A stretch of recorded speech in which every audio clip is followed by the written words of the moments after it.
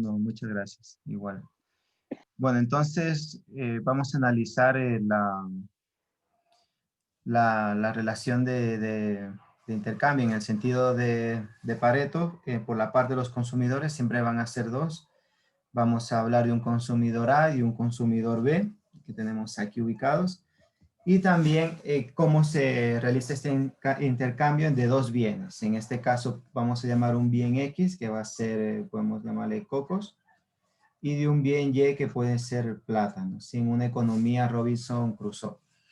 En la eficiencia de la producción también vamos a hablar de empresas, van a ser normalmente dos empresas que combinan sus factores de producción. Bueno, puede ser dos, tres, infinitamente las que sean en la economía, pero en este caso vamos a hablar solo de una empresa, así que combina dos factores, trabajo, capital, y en el libro pone tierra también. ¿Sí? Entonces, en el libro vamos a trabajar principalmente con tierra y trabajo. El factor capital también se usa bastante, pero aquí han preferido trabajar con trabajo y con tierra. ¿Sí? Entonces, ¿cómo se combinan los factores de producción para generar cierta cantidad de productos? ¿Sí? Y por último, en la eficiencia, en la combinación de productos, vamos a tener dos productos. En el libro habla de manzanas y, bueno, el otro no recuerdo si eran naranjas, creo. Sí, y bueno, yo haré relación a lo que se llama, pues, cocos y plátanos para seguir con el mismo ejemplo. ¿Sí? Entonces, cuando hablamos de la eficiencia en el intercambio, vamos a hablar de lo que ustedes ya han conocido mucho de estos conceptos, pero para recordar brevemente, que es una curva de indiferencia. La curva de indiferencia matemáticamente nos dice que es la combinación de dos bienes, pueden ser X y Y, en la que los consumidores son indiferentes. ¿Pero en qué son indiferentes? Y aquí está la clave, son indiferentes en la utilidad. En la utilidad o en la satisfacción. Es decir, una curva de indiferencia lo que me señala es cuál es el nivel de satisfacción máximo que puede llegar o al que aspira un consumidor, ¿sí? Aquí se incluye el concepto de no saciabilidad en las curvas de indiferencia. ¿Por qué? O no saciabilidad, sí. Sería el concepto de no saciabilidad. Luego lo vamos a ver gráficamente, pero ¿qué nos dice una curva de indiferencia? Nos dice que como es convexa al origen, que cuanto más alejada esté del origen, vamos a encontrarnos mejor. ¿Esto qué significa? Que los consumidores, cuanta más cantidad de bienes o servicios pueden consumir materialmente, van a vivir mejor o a tener un nivel de satisfacción o de utilidad mayor, ¿sí? Ahora bien, ¿qué es lo que nos impide alcanzar curvas de diferencia muy altas? Nos lo impide la restricción presupuestaria. Es decir, nosotros podemos comprar una cantidad de bienes X y Y, dado nuestro nivel de renta, que está sujeto a los precios, ¿no? Es decir, en la economía tenemos precios que nos dicen cuántas cantidades del bien X y Y vamos a comprar, pero nosotros combinamos esas cantidades en función del nivel de satisfacción que queremos llegar, es decir, que valoramos más. Si valoramos más las manzanas o los cocos, compraremos más manzanas y cocos. Y si valoramos más estos, por ende, vamos a comprar menos cantidades de las naranjas o de los plátanos, ¿sí? Entonces es muy importante que las curvas de indiferencia van a estar sujetas a una restricción presupuestaria, ¿sí? ¿Qué nos dice también las curvas de indiferencia? Lo que nos dicen es, dado un bien, lo que nos va a decir es qué cantidad de este bien vamos a renunciar a cambio de obtener una cantidad adicional de otro bien. ¿Y cómo se llama esto? Se llama relación marginal de sustitución. Es un concepto muy importante porque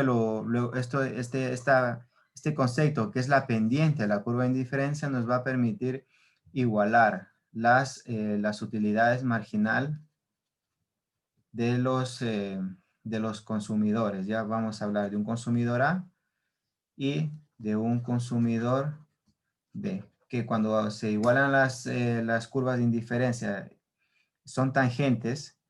En este punto, las relaciones de marginal de sustitución son iguales y por lo tanto se igualan también las utilidades. ¿Ok?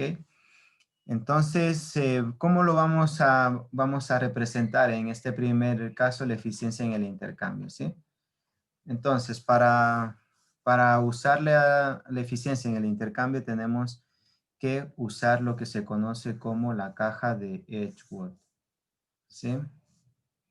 Bueno, incluso antes de pasar a la caja de Edgeworth, podemos representar, bueno, si lo voy a hacer mejor antes de pasar a la caja de Edgeworth, eh, podemos representar lo primero que hemos mencionado, ¿sí? Entonces nosotros tenemos, por una parte, lo que es la restricción presupuestaria, un momentito, y por otra parte tenemos lo que es la restricción presupuestaria y por otra parte tenemos las curvas de indiferencia, ¿sí? Diferencia. Sí, entonces por una parte podemos poner un bien X, un bien Y, que está sujeto a esta curva o a esta recta presupuestaria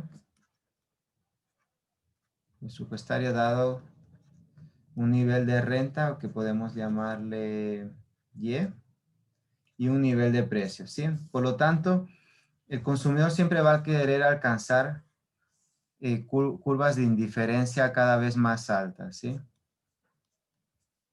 Va a querer alcanzar curvas de indiferencia más altas, pero si quiere alcanzar, por ejemplo, esta curva de indiferencia, esta la vamos a llamar pues, 1, esta 2 y esta 3. Si quiere alcanzar una curva de indiferencia más alta como la 3, no va a poder. ¿Por qué? Porque no le va a llegar el presupuesto.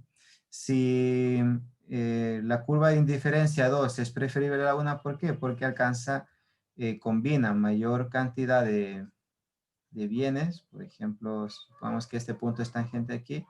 Puede consumir más del bien Y, manteniendo la misma cantidad X, o al contrario, puede, supongamos que toca por aquí con este punto, podría consumir más cantidades del bien X, manteniendo la misma cantidad de Y. Por lo tanto, no estaría contento con esta curva en diferencia 1.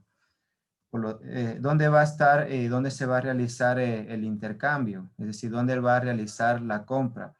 Donde la relación marginal la recta presupuestaria con la curva de indiferencia van a ser tangentes, que va a ser en este punto, vamos a llamar el punto E. ¿Sí? ¿Esto cómo se puede manifestar? Podemos usar ahora lo que es, ahora sí podemos usar la curva de Edgeworth, ¿sí? A ver, entonces, vamos a usar otro color. Para la curva para la caja de Edgeworth, primero vamos a definir qué es una caja de Edgeworth.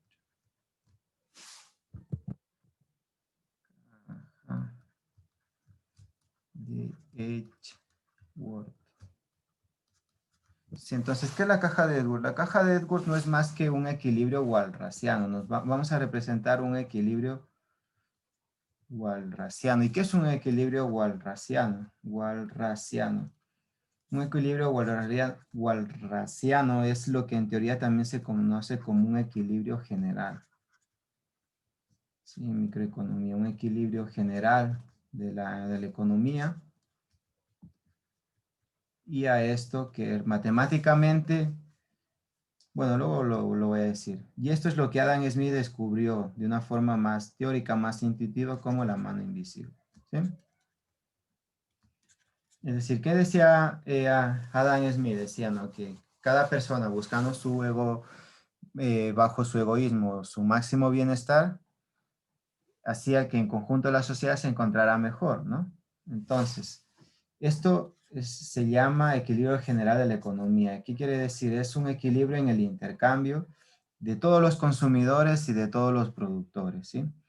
Luego, matemáticamente, Walras lo formuló a través de la caja de Edgeworth, ¿sí? Que sería la representación matemática o geométrica, ¿sí? Sería la representación matemática, de la mano invisible, ¿sí? De Adam Smith. Fue el primero que, Walras, el primero que propuso entender la mano invisible a través de una conceptualización más formal y matemática. Y se me queda un tema en medio, que es, lo iba a decir ahora, pero se me olvidó. Bueno, es una representación matemática, ¿no? Eh, entonces, pero es una representación matemática es simple, ¿sí? Es decir, vamos a tomar simplemente dos bienes, X y Y, ahora cuando hablamos del intercambio, y dos consumidores, un consumidor A y un consumidor B. Eh, bueno, todo esto va a estar sujeto a que a una restricción presupuestaria, y cada consumidor A y B va a tener distintas curvas de indiferencia, obviamente. Entonces vamos a representar la caja de Edgeworth. ¿Y qué nos va a decir la caja de Edgeworth en cuanto a estos individuos? Primero, los individuos están en un mercado competitivo, ¿sí? Competitivo. Sí, entonces van a repartirse los bienes, ¿no? Va a haber un reparto, un intercambio de bienes, que hemos dicho, de los bienes X y Y. Y esto es un intercambio puro o representación pura, ¿sí?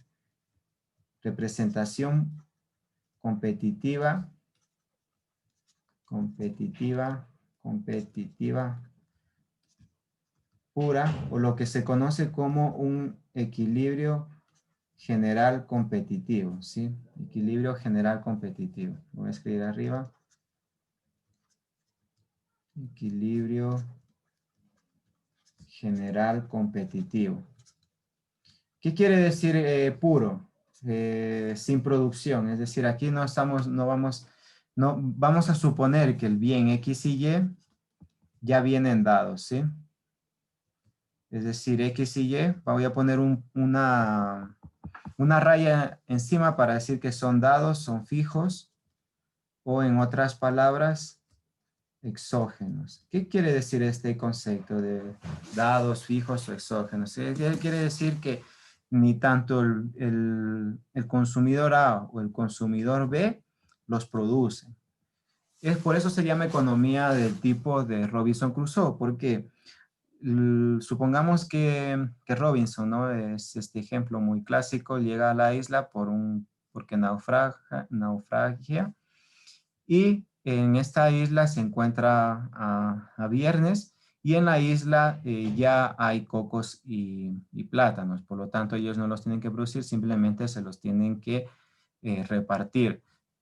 Crusoe por una parte va a valorar más los plátanos, por ejemplo, y Viernes va a valorar más los cocos o viceversa, ¿sí? Entonces es simplemente este tipo de economía competitiva que estamos simplificando mucho, es para representar cuál es la eficiencia en el sentido de Pareto. Eso es lo que me faltaba. Sí, es decir, pasamos de la mano invisible a lo que se conoce como equilibrio walrasiano para hacer una representación matemática. La representación matemática es posible por el tema de la eficiencia. Eficiencia en el sentido de Pareto. ¿Por qué? La eficiencia en el sentido de Pareto lo que nos permite es, vamos a maximizar una utilidad, ¿sí? Y esto en matemáticas, maximizar la utilidad, no es más que, bueno, vamos a resumirlo muy sencillamente, es hallar una derivada, ¿sí? Es derivar la utilidad e igualarla a cero, ¿sí? Bueno, entonces es por eso que la contribución de Adam Smith fue tan importante, es decir, permitió fundamentar, ¿no?, la economía de una forma científica. Y por eso es que las matemáticas son un componente importante dentro de la economía, ¿sí? Bueno, entonces ahora sí, dado estos conceptos, vamos a representar esta economía competitiva a través de la caja de Edwards.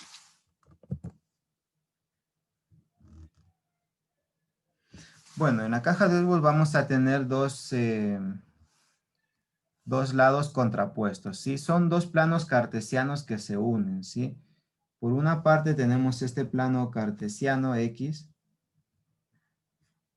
y Y, ¿sí? Lo que he intentado hacer en rojo. Lo voy a poner así un poquito para que se distinga. Este podemos decir que es del consumidor A. ¿Sí? Entonces, por una parte tenemos hemos dicho, ¿no?, que tenemos dos bienes, X y dos consumidores, A y B. Esto es una forma general. Entonces, voy a poner consumidor A aquí y el contrapuesto es este lado, ¿no? Es el consumidor B. Entonces, el consumidor X consume, o bueno, en esta economía hay esta cantidad de bien X, ¿sí? El plano de las abscisas, y hay esta cantidad del bien Y, ¿sí? Podemos llamarle al X, puede ser cocos, y al Y le podemos llamar plátanos. ¿Ya? Por su parte, para el consumidor B, ¿cuál será? Esto será igual nuevamente X, ¿sí? Y esta va a ser su cantidad Y de intercambio. Ahora, vamos a graficar algunos puntos. Un punto, vamos a hacer una repartición equitativa de los bienes X y Y, ¿sí? Entonces vamos a poner una repartición equitativa. ¿Qué quiere decir una repartición equitativa? Que tanto el consumidor A como el consumidor B van a tener la misma cantidad de plátanos y de cocos, ¿sí? En este caso. Entonces, vamos a poner un punto, ¿sí? Entonces, el consumidor A va a consumir una cantidad de X de A, que el consumidor, una cantidad del bien A y una cantidad del bien B, ¿sí? Y por la otra parte, el consumidor B, perdón, estoy mal, va a consumir una cantidad del bien A y una cantidad del bien Y, ¿sí? El consumidor A. Y nuevamente el consumidor B va a consumir una cantidad de X y una cantidad de Y. Entonces, como es equitativa, yo puedo decir que el consumidor A va a consumir 10 unidades del bien A y 5 unidades del bien B. Y el consumidor B puede consumir también 10 unidades del bien B, perdón, del bien A y 5 unidades del bien B. ¿Cómo se representa esto? Las cantidades de X, ¿cuánto suman? Tanto del consumidor A como del consumidor B, 10 más 10 nos va a sumar 20, ¿sí? Y las cantidades del bien B, tanto de lo que consume el consumidor A como el consumidor B, va a ser 5 más 5, son 10. Entonces, estas son las dotaciones iniciales del bien X y del bien Y. Entonces, ¿cuál es la distancia del bien X? Va a ser 20. Y la distancia o la altura del bien Y va a ser 10. Ahora, ¿cómo se va a representar los puntos? Muy sencillo. Si esto es 20, la mitad es 10, ¿no? Va a ser aquí 10. Es decir, el consumidor A va a consumir 10 de X y 5, la mitad, 5 del bien Y. Por otra parte, el consumidor B desde arriba también, ¿no? Aquí estamos en 0 a 10, va a ser la mitad nuevamente y va a consumir 5. Es decir, la mitad de acá, 5. 5 y 10. ¿Sí? Entonces este punto es donde se va a realizar el intercambio, ¿sí? Esto sería simplemente para mostrarles cómo se representarían las cantidades de los bienes X y Y entre dos consumidores A y B. Ahora vamos a introducir en la caja de Edgeworth las curvas de indiferencia.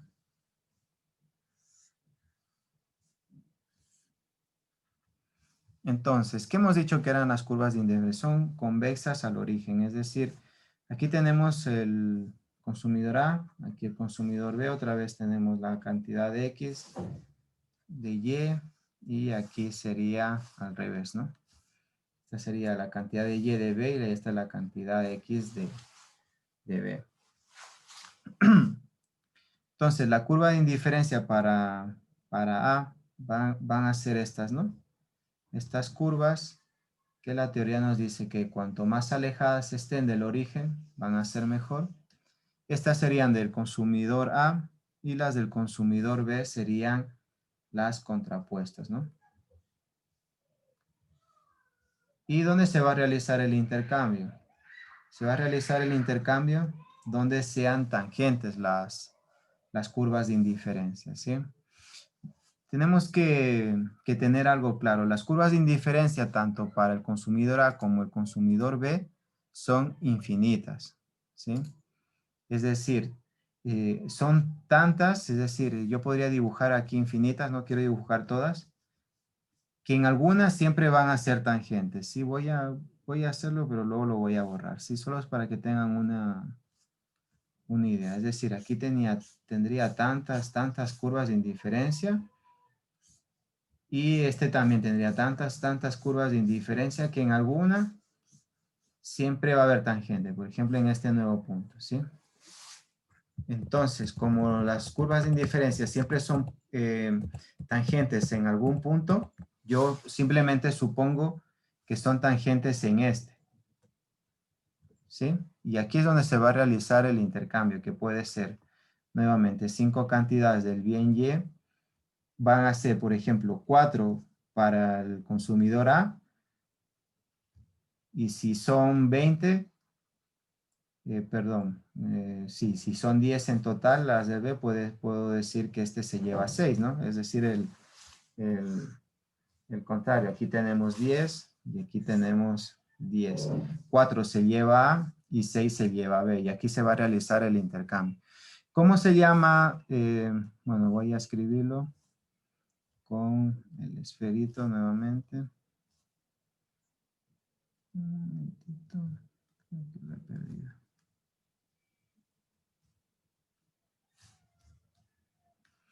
A ver, entonces, ¿qué pasa en el punto donde son tangentes? Las curvas de indiferencia. Donde son tangentes las curvas de indiferencia es donde se realiza el intercambio. ¿Sí? Y para que se realice el intercambio, o mejor dicho, este punto de tangencia se llama relación marginal de sustitución. ¿Ok? ¿Y qué es la relación marginal de sustitución? La relación marginal de sustitución no es más que un punto que es óptimo en el sentido de Pareto, ¿sí? Es decir, un punto tangente, es decir, voy a poner aquí un punto tangente, es igual a un punto óptimo en el sentido de Pareto, ¿sí? Un punto óptimo en el sentido de Pareto.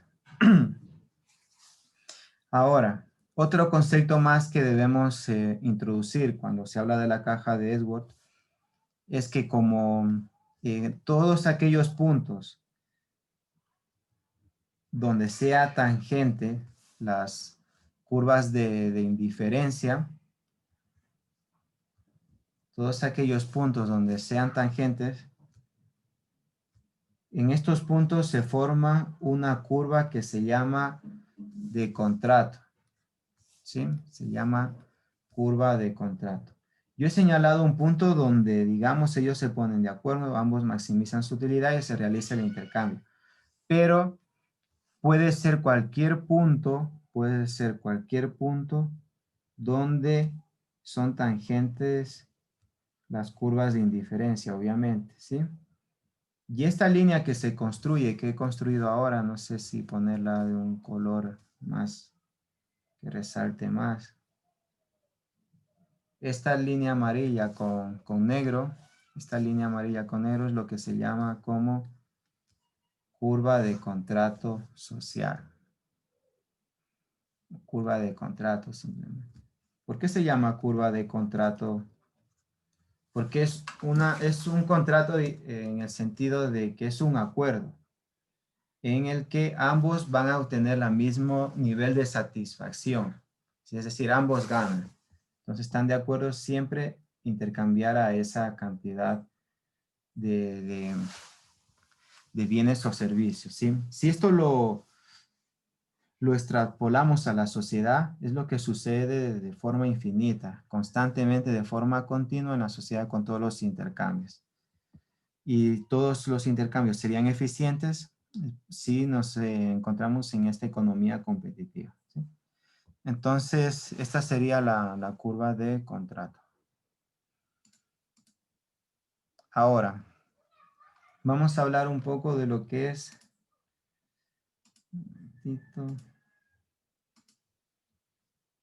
Ya. Ahora vamos a pasar a una cuestión ya más matemática. Ya hemos hablado que es el punto de tangencia, ¿no? El punto de tangencia entre dos curvas de indiferencia. Lo voy a escribir. Punto de tangencia. Punto de tangencia entre dos curvas de indiferencia. Esto he dicho que se llama relación marginal de sustitución, ¿sí? Ahora, ¿cuándo se alcanza este punto que se llama relación marginal de sustitución? Es un punto óptimo de Pareto. Óptimo de Pareto. Y en el óptimo de Pareto, si hablamos de dos consumidores A y B, se cumple que la relación marginal de sustitución del consumidor A es igual a la relación marginal de sustitución del consumidor B. Ya que es igual a la relación marginal de sustitución, como es un punto de una curva, es la utilidad marginal, que es la derivada, ¿no? Entonces es igual a la utilidad marginal del consumidor A, dado el bien A, dividido para su utilidad marginal, dado el bien Y, ¿no? Y la relación marginal de sustitución del B va a ser lo mismo, su utilidad marginal de la cantidad del bien, del bien X que consume, dividido para su utilidad marginal del bien Y que consume. ¿Sí? Y esto se puede resolver a través de un ejemplo. ¿Sí? Bueno, este es con una, a ver, no, con una fábrica, lo vamos a ver luego.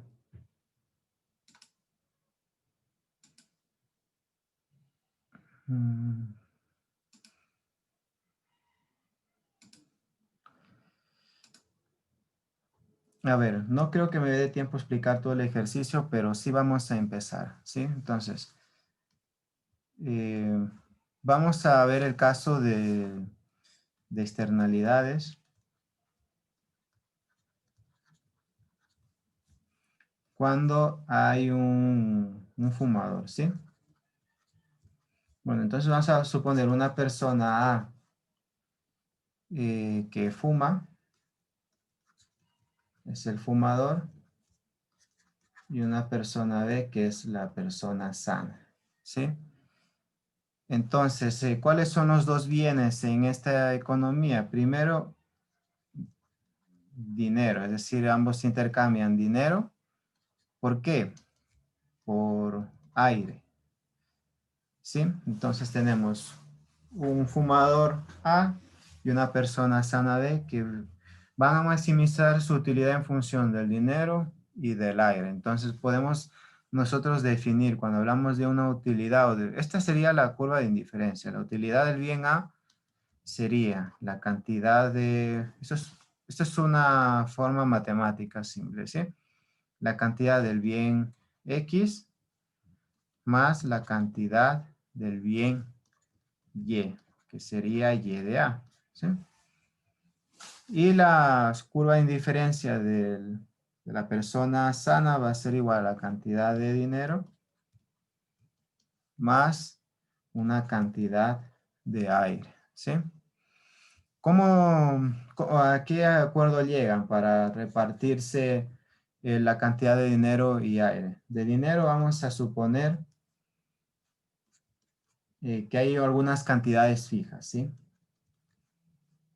Cuando hay una línea encima de la variable, significa que es fija, ¿sí? Entonces, dinero, ¿cómo se reparte? Cada uno tiene 10 unidades monetarias, ¿sí? Y de aire, como la persona sana no fuma, le va a prohibir, no le va a dar aire al fumador, ¿sí? Por lo tanto, el fumador, que es la persona, bueno, la representación del punto sería así simplemente, ¿sí? Es decir, la cantidad de aire que se reparte tanto A como B va a ser de una forma inequitativa, ¿sí? Es decir, el fumador no va a tener nada de aire y la persona sana va a tener todo el derecho del aire. Es decir, si esto es un departamento, yo simplemente te prohíbo fumar y ya está, y me quedo todo, digamos, el derecho del aire, ¿sí? Entonces, este sería un ejemplo matemático, un ejemplo que tendríamos que resolver para poder hallar el equilibrio de este mercado, ¿sí? Entonces, podemos usar primeramente la caja de Edgeworth para hacer la representación geométricamente y podemos poner. Entonces, aquí tenemos un consumidor A, un consumidor B con la cantidad de X, la cantidad de Y, es la cantidad de X del consumidor B y esta es la cantidad Y del consumidor, bueno, de A y de B, ¿no? Respectivamente. Por una parte, el consumidor A va a tener 10, ¿no? Vamos a suponer 10 aquí, la mitad, porque entre los dos debe sumar 20. 10 y va a tener 0 de aire, es decir, esta parte. Entonces va a ser su curva, va a ser esto, ¿sí? Por una parte. Y el otro va a tener 10, es decir, aquí. Va a tener 10 de dinero y va a tener todo el aire, ¿no? Todo esto. Por lo tanto, las combinaciones a las que tendrán que llegar de acuerdo los dos va a ser estos puntos, ¿sí? Toda esta recta, bueno, esta línea geométrica, ¿sí? ¿Y cómo lo vamos a resolver? Bueno, entonces para esto voy a explicar la siguiente clase porque, bueno, ahora hay que hacer derivadas y hacer unas sustituciones usando las dos funciones de utilidad. Y para esto sí me voy a tardar, entonces lo dejamos para la próxima clase, chicos, ¿sí? Entonces, bueno, voy a guardar esto y ya se los comparto. ¿Tienen alguna duda? Para esto les recomiendo leer el libro porque lo que estoy presentando es la unidad 2, que va desde la página...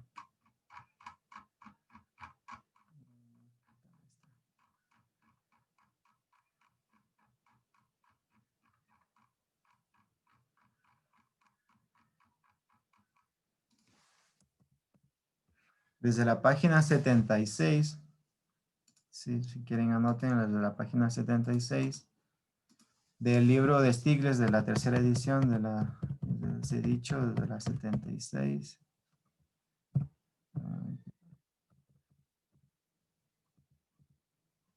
Sí, desde la 76 a la 96. Son 20 páginas, así que pueden leer para poder reforzar lo que les he explicado ahora, ¿sí? Entonces, algunas cosas que yo les he dicho no están en el libro. El ejemplo matemático no está en el libro, lo vamos a hacer nosotros.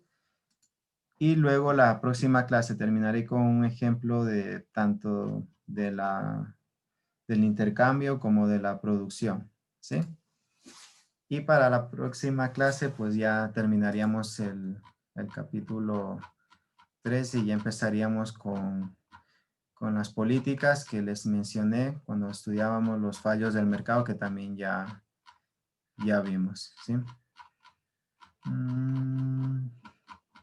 Sí, del capítulo 4 ya les presenté desde la página, ya les hablé desde la página, un momentito, desde la 99, ¿hasta dónde vimos? Hasta bienes públicos, mercados incompletos. Bueno, no les comenté todo, fallos de la información. Hasta la página 108. También ya les expliqué cuando estudiamos las externalidades, ¿sí? Bueno, chicos, pues nada, lo dejamos aquí por hoy. Nos vemos, creo que mañana con las... Mañana tienen ustedes, ¿qué tienen? A ver.